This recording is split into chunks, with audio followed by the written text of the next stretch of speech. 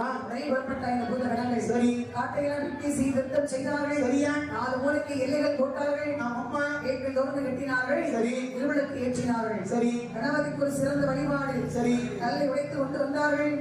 தேவி ஸ்ரீ முத்தாரம்மனை கோட்டை வைக்கின்றார்கள். சரியா எப்படி பாருங்கள் எப்படி வைக்கிறார்கள் இடத்தின் ஆள் பிறந்து முத்தை முத்தாரம்மனை முத்தாரம்மனை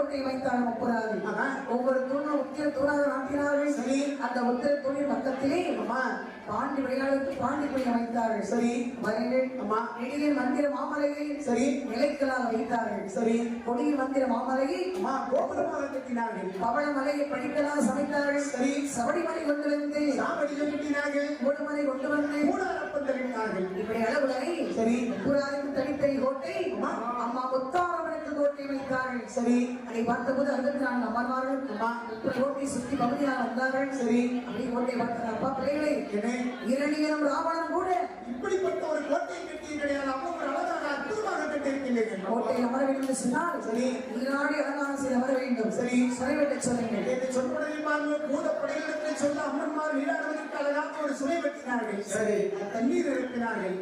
அம்மன்மார்கள் தாயாகப்பட்ட முத்தாரம்மனும் மட்டுமல்ல 64 அம்மன்மார்களும் தாங்கள் சுனையாடுவதற்காக வருகின்றார்கள்.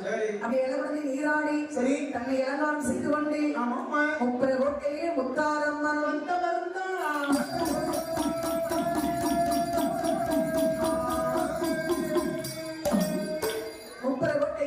சரி முத்தாரம்மனோடு மற்றொரு அம்மன்மார்கள் எல்லோரும் சிறப்புரை வந்து அமர்ந்தார்கள். இப்படி அமர்ந்திருக்க சரியா அர்த்தம் முப்பதாதி அம்மா நமக்கு வரலாங்க போன்னு சொன்னாரே நந்தியவர். சரி இன்னும் வரல அம்மா ஒரு வீரத்தை சென்று அமர்ந்து சரி நல்ல ஏவரை வரவழைப்போம்.